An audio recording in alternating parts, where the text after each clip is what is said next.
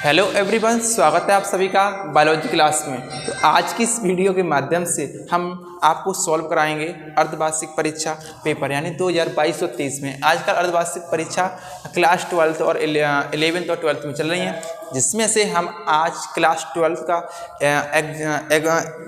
12 का paper solve करेंगे। वो पेपर है किसका है? बायोलॉजी का। किसका है? बायोलॉजी का।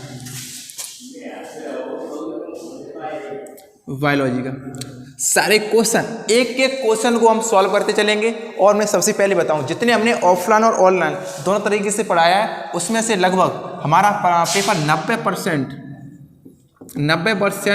पेपर एग्जाम से फ्रेम हुए हैं। यहीं से यानी जितना हमने कराया है वहीं से क्वेश्चन कैसे हुए, फ्रेम हुए हैं हमारे एग्जाम में। तो आप एक एक क्वेश्चन को हम डिस्कस कराते चलेंगे और आप इस क्वेश्चन को सॉल्व करते चलेंगे, ठीक है। तो ये पेपर है GIC बालिका inter college, GIC inter college Jasrana Firozabad FZD। और अगर आप देख रहे हो, अगर आप कहीं से भी वीडियो देख रहे हैं, अगर EP बोर्ड का एग्जाम दे रहे हैं, तो यहाँ से आपको क्वेश्चन देखने को मिलेंगे। जनरली हमने अपने जसराना में पेपर को एनालाइज किया तो लगभग क्वेश्चन सेम मिल रहे हैं। कैसे क्वेश्चन मिल रहे हैं? ज़्यादा से ज़्यादा 5-6 क्वेश्चन किसी के में, मतलब 5 क्वेश्चन वहाँ पर मिस हो गए, 5 क्वेश्चन उसमें एक्स्ट्रा रख दे। लगभग अगर हम कह सकें तो हमारे 75% क्वेश्चन वहीं से आ रहे हैं, एक ही पैटर्न पर है। तो सबसे पहले हम आपको बताना चाहेंगे क्या हमारे, अगर आप नोट्स लेना चाहते हो तो इस नंबर पर आप कांटेक्ट कर लीजिए 63 97 54 और 480 05। इस नंबर पर आप कांटेक्ट कर लीजिए और हम एक एक पेज नंबर भी आपको बता देंगे, ये हमारा कहाँ पर, कौन से पेज नंबर पर हमारे नोट्स में लिखा है। और राइट, चलिए सबसे पहले हम क्वेश्चन को करते हैं इसमें स्टार्ट। तो इसमें लिखा है भारतीय भ्रूण विज्ञान के जनक कौन है, यानी फादर ऑफ एम्ब्रियोलॉजी क्वेश्चन है इसमें। अगर आपको क्वेश्चन नहीं मिला तो क्वेश्चन आप यहाँ पर देख लेना। अगर आपको क्वेश्चन, अगर आप GIC बालिका इंटर कॉलेज से अगर आप देख रही हैं लड़कियाँ यानी गर्ल्स, तो आपके पास पेपर होगा। तो क्वेश्चन आप देखिए, फादर ऑफ एम्ब्रियोलॉजी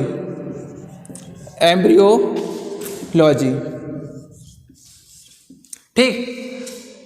इसमें MCQ में दिए हैं आपके राम उदार, ऑप्शन ए राम उदार, और सेकंड है हमारा इसमें BN प्रसाद, और तीसरे हमारे BM मेहरा, और चौथा है हमारा P महेश्वरी।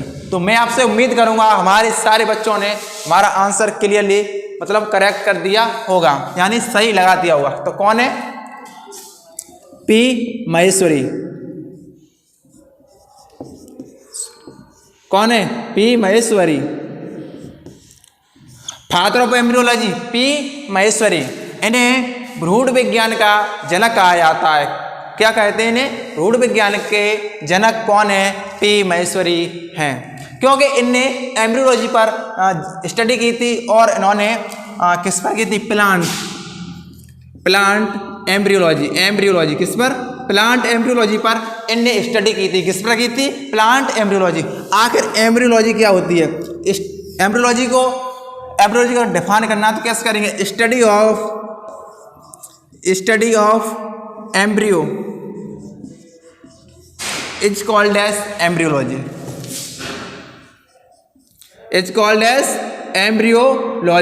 यानी हम भ्रूण का अध्ययन करते हैं तो उसे क्या बोलते हैं? भ्रूण विज्ञान कहते हैं। भ्रूण विज्ञान किसे कहते हैं? Study of embryology is called as embryology. I hope am I clear? इतने पॉइंट आपको क्लियर हो चुके होंगे। अब देखते हैं दूसरा क्वेश्चन, यानी पहले का खा। ये पहले का कौन सा क्वेश्चन नंबर? पहले का क्या था? का था, का। ठीक। अब देखेंगे खा। तो अगर आप GIC की गर्ल्स हैं तो आपको पता होगा, आपके पास पेपर होगा और मेरे बच्चों ने ये भी को आंसर सही किया होगा। ऐसे पूछा है क्वेश्चन, आप स्क्रीन पे देख लीजिए। क्वेश्चन स्क्रीन पे हम लगवा देंगे, ठीक है, टेक्निकल टीम सीखेगी। मानव में ABO ब्लड ग्रुप, मानव में ABO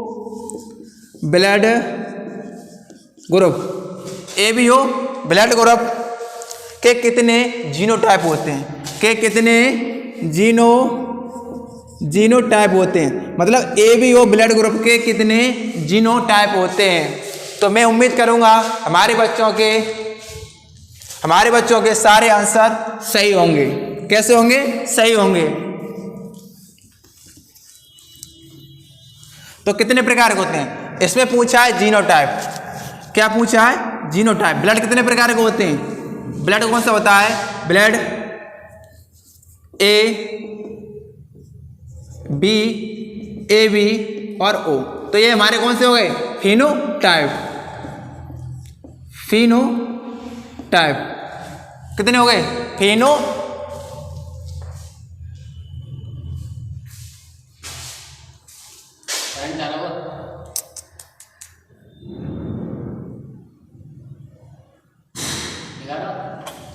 कर दियो चल रही है 5 सही है। चलो, तो कितने होते हैं? फिनोटाइप कितने प्रकार के होते हैं? कितने होते हैं फिनोटाइप? 4 प्रकार के होते हैं। कितने होते हैं? 4 प्रकार के। तो इसमें दिया है जीनोटाइप। अगर आपसे पूछे फिनोटाइप कितने होते हैं तो 4 प्रकार के होते हैं। तो अब जीनोटाइप कितने हो गए बना लो। I0 it is equal to IO, IAIB A होगा A और A, IBIO it is equal to BO, IBIB it is equal to BB, IAIB AB और यहाँ पर I0 it is equal to O। तो जीनोटाइप कितने मिले हमें? 1 2 3 4 5 6। मैं आपसे उम्मीद करूंगा 6 के 6 आपके समझ में आ चुके होंगे। कितने प्रकार के हो गए? देखो एक प्रकार, 2 प्रकार, 3 4 5 6। तो आपका कॉन्सेप्ट यहाँ से क्लियर हो चुका होगा। अगर आपसे फिनोटाइप पूछे रेशियो यानी फिनोटाइप पूछे तो ब्लड ग्रुप में फिनोटाइप कितने होते हैं? 4 प्रकार के होते हैं। कितने होते हैं? 4 प्रकार के होते हैं। और हमें जीनोटाइप पूछे जीनोटाइप कितने होते हैं तो 6 प्रकार के हो गए। आप इसे आंसर लगा लोगे यहाँ से। जितने हमारे बच्चे होंगे, अगर उन्होंने हमसे जितने बच्चों को हमने बताया वो सारे बच्चे इसको सॉल्व कर लेंगे। ठीक है, देख लेना किस प्रकार से। अब मैं इसे मिटाता हूँ अगले क्वेश्चन। इसमें हमारा आंसर कौन सा आएगा?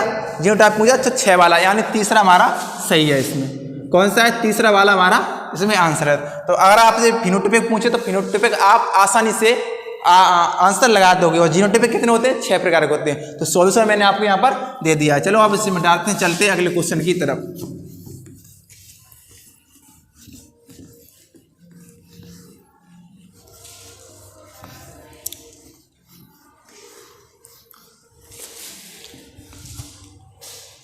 कौन सा? हाँ, वायरस का आनुवांशिक पदार्थ होता है। वायरस का आनुवांशिक पदार्थ होता है। आप क्वेश्चन पढ़ लीजिए, ऊपर लगा हो तो ऑप्शन है आनुवांशिक पदार्थ, यानी वायरस में जेनेटिक मटेरियल का होता है। मतलब वायरस में जेनेटिक मटेरियल कौन सा होता है ये हमको डिस्कस करना है। तो आपको पता होना चाहिए जेनेटिक मटेरियल आखिर होता क्या है। पहले मैं आंसर बता देता हूँ, इसमें आंसर बाद में बताता हूँ, पहले आपको आंसर बता देता हूँ। चलो, पहला इसमें DNA अथवा RNA, DNA अथवा RNA। सेकेंड आंसर है हमारा ओनली केवल DNA। ठीक है, और इसमें सी वाले में हमारा केवल RNA। और इसमें DNA तथा RNA। जल्दी से बताएं GIC वाले बच्चे, जितने गलत वीडियो देख रहे हैं वो जल्दी से बताएं कौन सा होगा। आपने सही आंसर टिक लगा दिया होगा, मैं उम्मीद करूंगा। कौन सा है इसमें सही? पहले हम सॉल्व करते हैं। सबसे पहले जेनेटिक पदार्थ को डिफाइन करते हैं। आगे जेनेटिक मटेरियल होता क्या? ऐसा पदार्थ जो एक पीढ़ी से दूसरी पीढ़ी में जाता है उसे क्या बोलते हैं? जेनेटिक पदार्थ कहते हैं। क्या बोलते हैं? उसे जेनेटिक पदार्थ बोलते हैं, उसे जेनेटिक मटेरियल कहते हैं। तो क्या क्या जाता है? एक तो हमारा भैया DNA जाएगा, और क्या जाएगा? तथा RNA। एक यहाँ जेनेटिक मटेरियल है। कौन है? Genetic material. तो इनका आनुवांशिक पदार्थ क्या जाता है? एक पीढ़ी से दूसरी पीढ़ी में पहुंच जाता है। जैसे अगर आपसे बात करें वायरस में कौन सा जाता है? वायरस में कौन सा जाता है? अगर आप देखो कोरोना वायरस,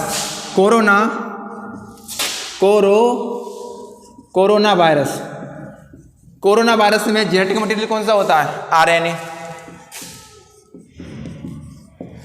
क्या होता है? RNA। अगर हम दूसरे वायरस में देखें, यानी बैक्टीरियोफेज,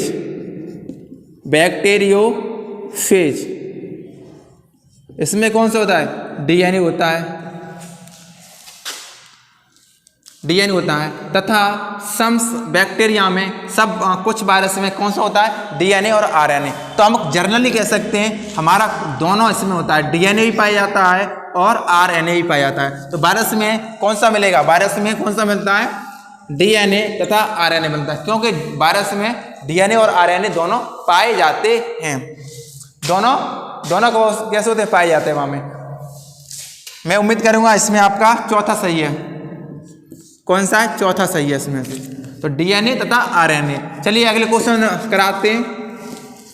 अगला क्वेश्चन सॉल्व कराते हैं।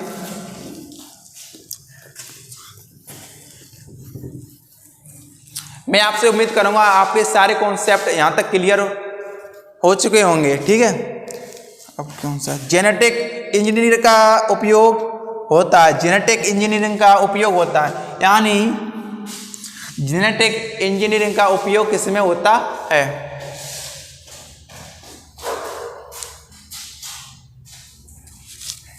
जेनेटिक इंजीनियरिंग का उपयोग इसमें आंसर दिया है कृषि के क्षेत्र में। तो कृषि के क्षेत्र में जेनेटिक इंजीनियरिंग का उपयोग होता है। तथा चिकित्सा में, यानी चिकित्सा में भी इसका उपयोग होता है। नंबर तीसरा इसमें वैक्सीन निर्माण में। किसमें? वैक्सीन निर्माण में। तो वैक्सीन निर्माण में भी इसका उपयोग होता है। कौन सा? कृषि में भी होता है किसका? जेनेटिक इंजीनियरिंग का। और चिकित्सा में ही इसका उपयोग होता है, और वैक्सीन बनाने में ही जेनेटिक इंजीनियरिंग का उपयोग होता है। और इसमें दिया है ऑल ऑफ दीज। तो हमारा आंसर होगा चौथा। क्लियर? क्वेश्चन नंबर दूसरा, ये हमने कितने क्वेश्चन थे इसमें? क्वेश्चन थे 1 का खा गा गा। तो चारों क्वेश्चन आपके मैं उम्मीद करूंगा सभी के सही होंगे। चारों क्वेश्चन कैसे होंगे? सही होंगे। अब हम क्वेश्चन मूव होते हैं दूसरे के का पे।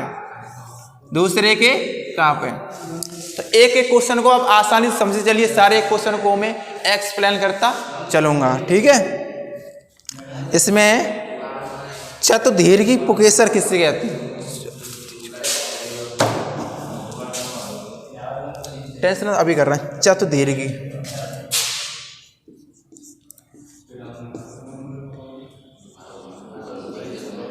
चतुर्दीर्घी पुंकेसर।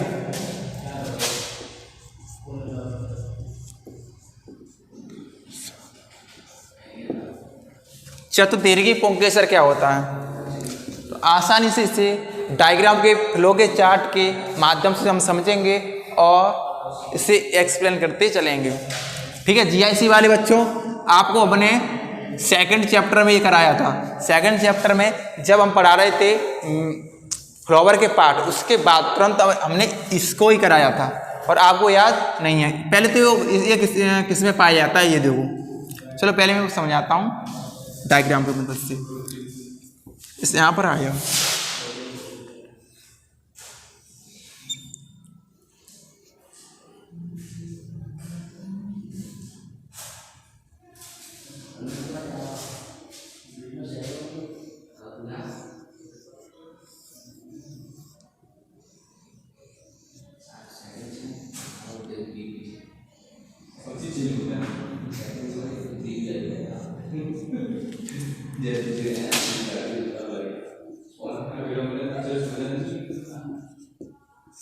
इसे क्या कहते हैं? इसे कहते हैं परागकोश।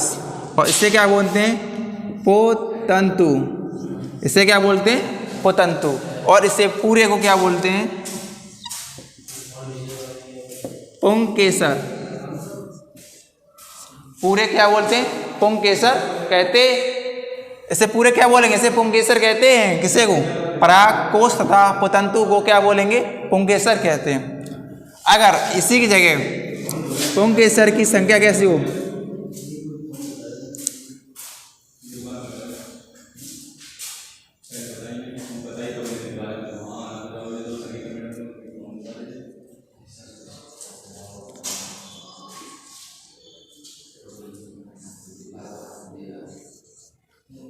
चार पुंकेसर कैसे हों? चार ये कैसे देख रहे हैं? बड़े। चार पुंकेसर कैसे हों? बड़े हों, बड़े होते हैं या होते हैं। और दो कैसे होते हैं? दो छोटे होते हैं। तो इसे क्या बोलते हैं? चतुर्दीर्घी पुंकेसर कहते हैं। क्योंकि ये चार बड़े होते हैं और दो को क्या करते हैं? दबा देते हैं। कैसे करते हैं? दबा देते हैं। चार यानी चतुर, चतुर तो माने चार, और दीर्घी माने बड़े। कैसे होते हैं? चार बड़े होते हैं तथा अदर दो कैसे होते हैं? छोटे होते हैं। तो उसे हम क्या बोलते हैं? चतुर्दीर्घी कहते हैं। यहाँ पर आंसर लगाइए। चतुर्थ माने चार, दीर्घी माने बड़े। दीर्घी माने कैसे होते हैं? बड़े।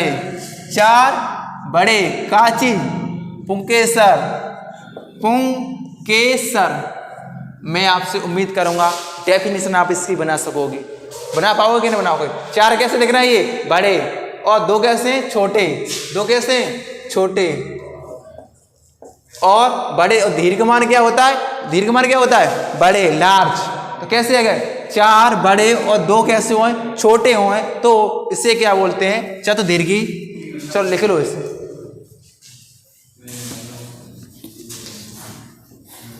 पहले ये बताओ, ये चतुर्दीर्घी पुंकेसर मिलते कहाँ पर हैं? कौन बताएगा? स्टूडेंट कमेंट करके बताएं जल्दी से। सबसे पहले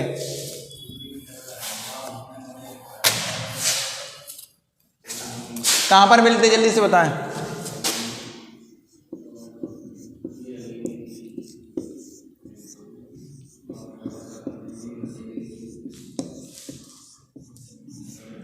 कहां मिलते हैं? सरसों मिलते हैं।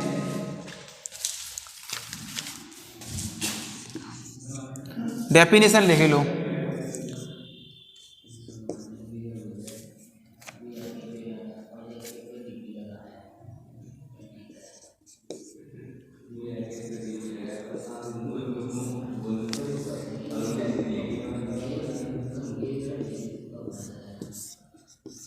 चतुर्दीर्घी पुंकेसर जब ऐसे लो, पुष्प में, किसमें? पुष्प में चार पुंकेसर बड़े होते हैं तथा दो कैसे होते हैं? दो होते हैं छोटे। दो कैसे होते हैं? छोटे हैं। तो उसे लिख लो। चतुर्दीर्घी पुंकेसर कहते हैं। चतुर्दीर्घी पुंकेसर कहते हैं। एग्जाम्पल सरसों। क्या है? सरसों में क्या होता है? इसके चार बड़े होते हैं और दो छोटे होते हैं। यानी चतुर्दीर्घी किसमें देखने को मिलते हैं? हमें देखने को किसमें मिलते हैं? सरसों में। मैं आपसे उम्मीद करूंगा ये पॉइंट भी आपको क्लियर हो चुका होगा। पेपर है 8 मास की रोग क्या है? चलो इसे मिटाते हैं। जिन लोगों ने अगर ये पढ़ा नहीं है, जितने जीआईसी वाले बच्चे हैं, और इसे उतार लें। में चार पुंकेसर कैसे होते हैं? बड़े तथा दो कैसे होते हैं? छोटे होते हैं। तो उसे चतुर्दीर्घी पुंकेसर कहते हैं। उस आंसर इसमें ही दिया है सारा सारा। अब आप कंफ्यूज रहे होंगे यहाँ दो से। दो कैसे? वैसे सप्रेस होता है, उसे दबा देता है। ठीक है।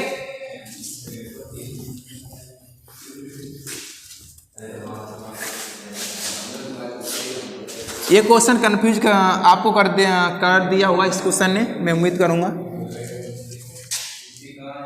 अगला क्वेश्चन कौन सा है? आनुवांशिक रोग क्या है? मनुष्य में इस रोग के 2 उदाहरण दीजिए। अदर लोगों के लिए यहाँ पर हम लगा देंगे क्वेश्चन, ठीक है। यानी आनुवांशिक रोग क्या है और मनुष्य में इस रोग के 2 उदाहरण दीजिए। दे लो। क्वेश्चन नंबर है हमारा 2 का खा, ठीक। इसे सॉल्व करेंगे, दो आराम से एक एक क्वेश्चन को सॉल्व करते चलेंगे। आप भी सॉल्व करते ना। आनुवांशिक रोग क्या है? जेनेटिक डिसऑर्डर क्या होते हैं? आनुवांशिक रोग।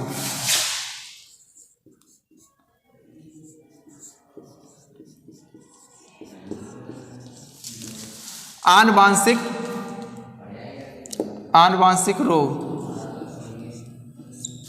आनुवांशिक रोग क्या है? ठीक है, ऐसे रोग जो जन्म से ही बच्चों में उत्पन्न होते हैं तो उस प्रकार के रोग को आनुवांशिक रोग कहते हैं। तो मनुष्य में लिखो डेफिनेशन दिखा दें। तो ऐसे रोग जो जन्म से ही होते हैं तो उन्हें आनुवांशिक रोग कहते हैं। क्या कहते हैं? आनुवांशिक रोग कहते हैं, ठीक है। जैसे आपके कलर ब्लाइंडनेस है गई और डाउन सिंड्रोम है गए, टर्नर सिंड्रोम है गए, पटाउन सिंड्रोम है गए, जी कैसे आनुवांशिक रोग होते हैं जी। तो आनुवांशिक रोग क्या होते हैं, पहले इसकी डेफिनेशन लिखते हैं और इसमें जो पूछा है उसका आंसर हम दे देते हैं, ठीक है। ऐसे रोग जो मनुष्य में कहाँ से होते हैं? मनुष्य में जन्म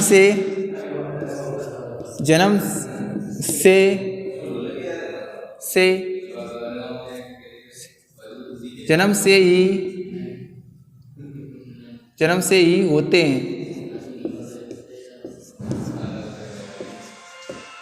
तो इस प्रकार के रोग को हम क्या कहेंगे? आनुवांशिक रोग कहेंगे।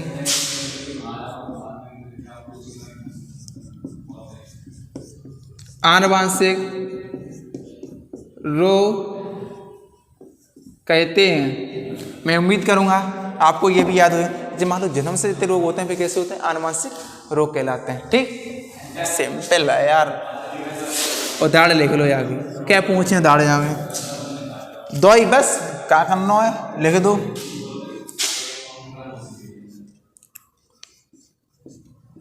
Down syndrome,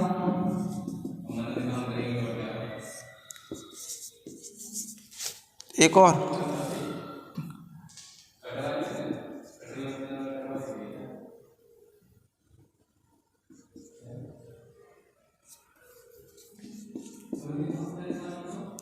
colour blindness. कौन से? Colour blindness. तो कौन से रोग है ये? कौन से? ये जेनेटिक डिसऑर्डर होते हैं। चलो इन्हें और इसमें क्या करना है, 2 उदाहरण दे के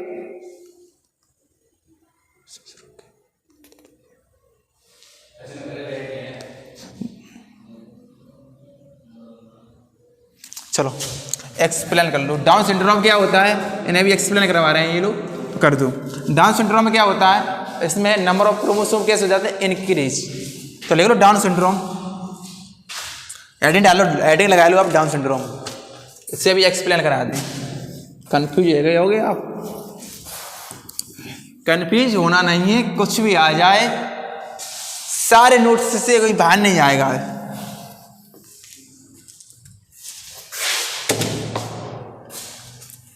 देख लो कौन सा डाउन सिंड्रोम था।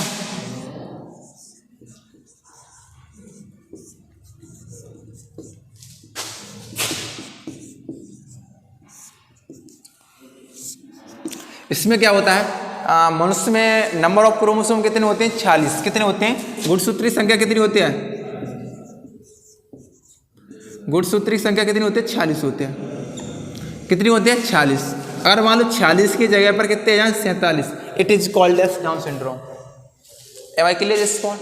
चलो कैसे होगी एक्सप्लेन कर लेते हैं ताकि बाद डेफिनेशन लिखते हैं। तो मान लो 44 हमारे प्रेजेंट है और x कितने आ गए 46 है। अगर जहाँ में एक्स में इंक्रीजिंग और हो जाए तो इट इज कॉल्ड एज कितने हो गए 47 हो गए। और समझो इसमें क्या होता है 21वें गुणसूत्र पर 21वें गुणसूत्र पर क्या होता है इसमें एक्स गुणसूत्र में क्या हो जाती है वृद्धि हो जाती है तथा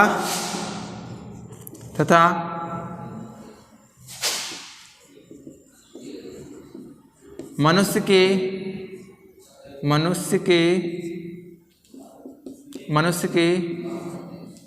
के गुणसूत्र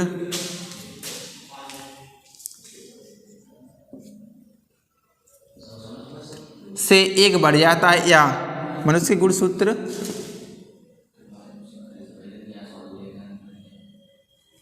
यानी एक्स बढ़ जाता था, मनुष्य के गुणसूत्र 46 होते हैं तथा यहाँ पर 46 की बजाय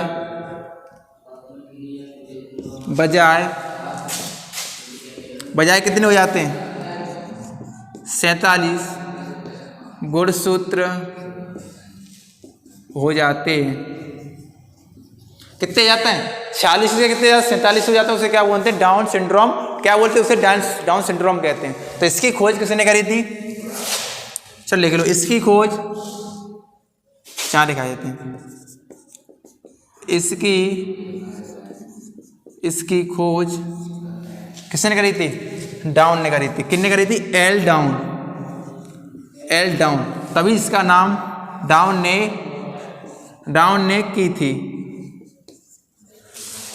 जो डाउन सिंड्रोम है इसकी खोज किसने करी थी, एल डाउन ने करी थी, इसीलिए इसका नाम डाउन सिंड्रोम पड़ा था। ठीक, और इसे मंगोलिया जड़त्व, इसका दूसरा नाम क्या है, इसका दूसरा नाम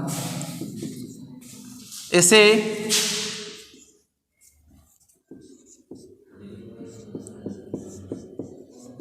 मंगोलिया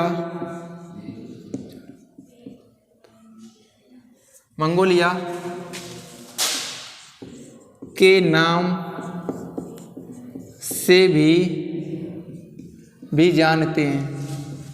ठीक है, तो मतलब अगर डाउन सिंड्रोम आ जाए या क्या आया है मंगोलिया रोग किसे कहते हैं, तो इतना आप इसमें लिख सकोगे, इसे नाम से जानते हैं। तो मैं आपसे उम्मीद करूंगा इतना बहुत कुछ हो गया काफ़ी।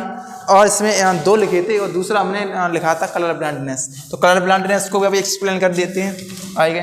एक बार मैं चेक करता हूँ कितने टाइम की वीडियो हो चुकी है। चलिए जितना हो रहा है उतना करा देते हैं, 10 मिनट और करा देते हैं। इसमें दूसरा हमने एग्जाम्पल किसका लिया था, कलर ब्लाइंडनेस का लिया था। चलो कलर ब्लाइंडनेस और करा देते हैं, यानी कलर ब्लाइंडनेस क्या होती है।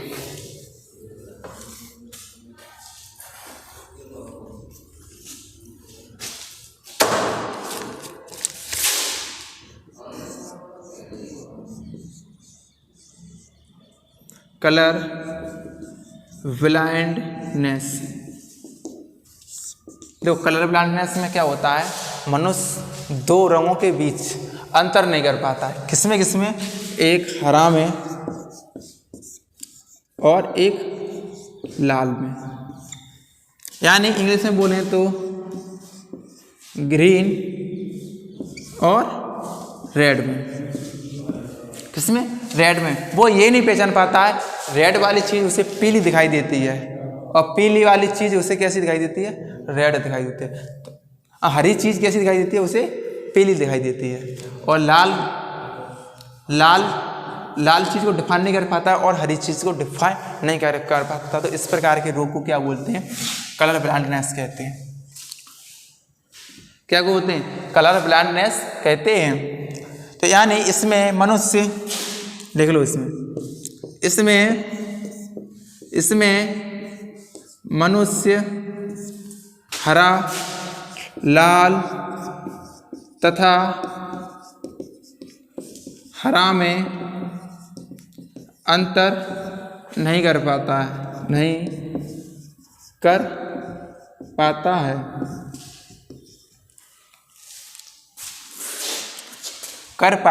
तो इस प्रकार के रोग को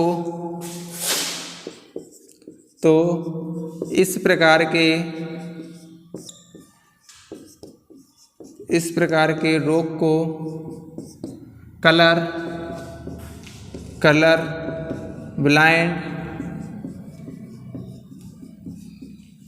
ब्लाइंडनेस कहते हैं। क्या बोलते हैं इसे? कलर ब्लाइंडनेस कहते हैं। जब कोई व्यक्ति है उससे ग्रीन और रेड में क्या नहीं कर पाए, डिफ्रेंशिएट नहीं कर पाए, तो उससे क्या बोलते हैं? कलर ब्लाइंडनेस कहते हैं। कंप्लीट। अब एक और करा देते हैं, चलो। मानव शरीर की प्राकृतिक विनाशी कोशिकाएं किन्हें कहते हैं? इसे उतार लो, अभी करा रहा हूं मैं। उतार लिया? चलो मैं डाल देते हैं।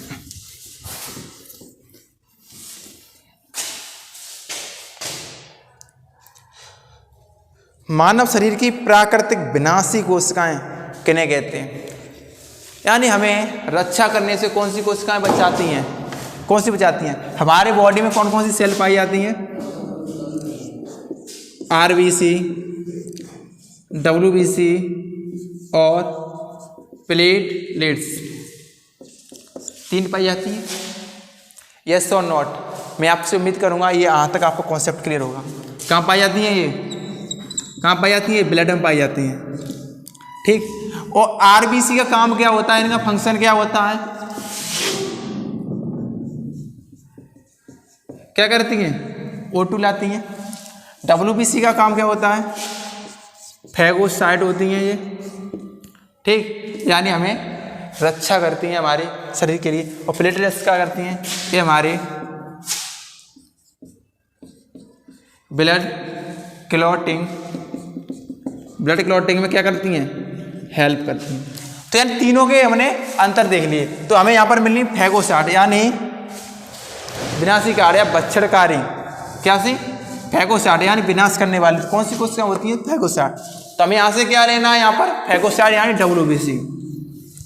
यानी इसे क्या है? WBC को हम क्या बोलते हैं? इसकी फुल फॉर्म क्या होती है?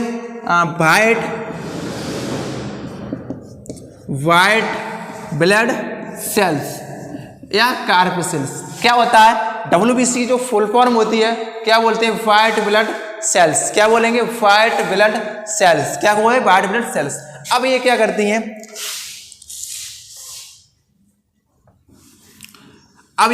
ये होती हैं लिम्फोसाइट। ये क्या करती हैं? ये हमें रोगाणुओं से क्या करती हैं? बचाती हैं। क्या करती हैं? रोगाणुओं से बचाती हैं। तो रोगाणुओं से बचाने के लिए ये क्या करती है? लिम्फोसाइट सीक्रेट करती हैं। एक होता है T लिम्फोसाइट और दूसरी होती हैं एक B लिम्फोसाइट। यानी कह सकते हैं श्वेत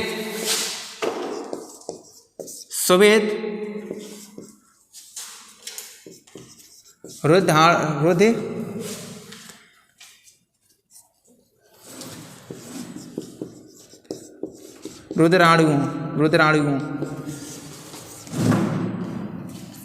ब्लड लिखते हैं, वाइट ब्लड लिखते हैं। वाइट ब्लड होती हैं। कैसी होती हैं? लिम्फोसाइट। White blood lymphocyte. देखिए जो सेल्स होती हैं एक T लिम्फोसाइट B लिम्फोसाइट होती हैं। यानी इसे कह सकते हैं लिम्फोसाइट। कैसी होती हैं? लिम्फोसाइट कह सकते हैं, लिम्फोसाइट कह सकते हैं। अब ये लिम्फोसाइट क्या करती हैं? हमारे जब ऐसी सेल्स में क्या आती हैं? क्या करती हैं? जब कोई कोशिका बाहर पॉइजन पार्टिकल आता है हमारी कोशिका में, क्या करती हैं? ये उसे क्या कर देती हैं? मार देती हैं। तो इसीलिए इन्हें क्या बोलते हैं? विनाशकारी प्राकृतिक कोशिकाएं बनती, क्योंकि ये हमारे कहाँ बनती हैं? बोन मैरो में।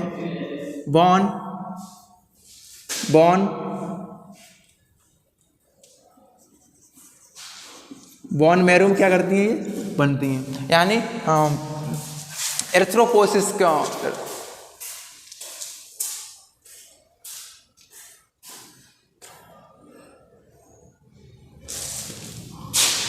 ये कहाँ बनती है? हमारे बोन मैरो में बनती हैं। और बोन मैरो में बनने के बाद ये करती हैं, ये लिम्फोसाइट की तरह काम करती हैं, जहाँ पर यानी फॉरेन पार्टिकल को ये मार गिराती हैं। तो इसकी डेफिनेशन हम लिखना चाहें तो आप लिख सकते हो इनकी।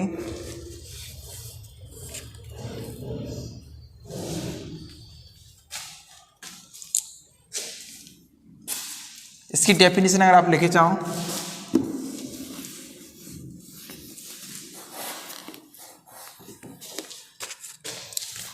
हाँ डेफिनेशन क्या है? प्राकृतिक विनाशकारी कोशिका, प्राकृतिक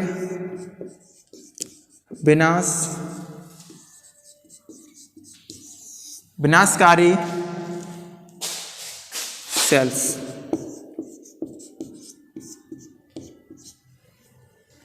मनुष्य में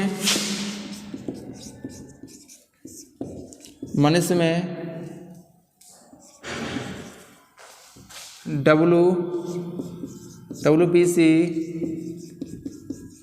लिम्फोसाइट सेल्स, मनुष्य में WBC लिम्फोसाइट सेल्स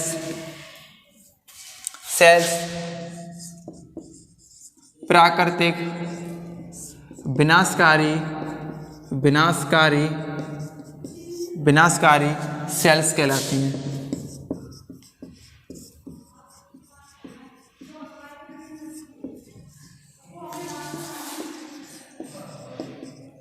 एग्जाम्पल में WBC आप देख सकते हो। I hope am I clear. चलिए यहाँ तक एक बार टाइम देखता हूँ। चलिए टाइम करीब आधे घंटे से ज़्यादा हो गया, तो अब आगे हम आपको नहीं पढ़ा सकते। चलो हमारे नोट्स के लिए 63 97 54 480 05 पर कांटेक्ट कर सकते हो हिंदी में नोट्स लेने के लिए। हिंदी में नोट्स लेने के लिए इस नंबर पर आप कांटेक्ट कर सकते हो।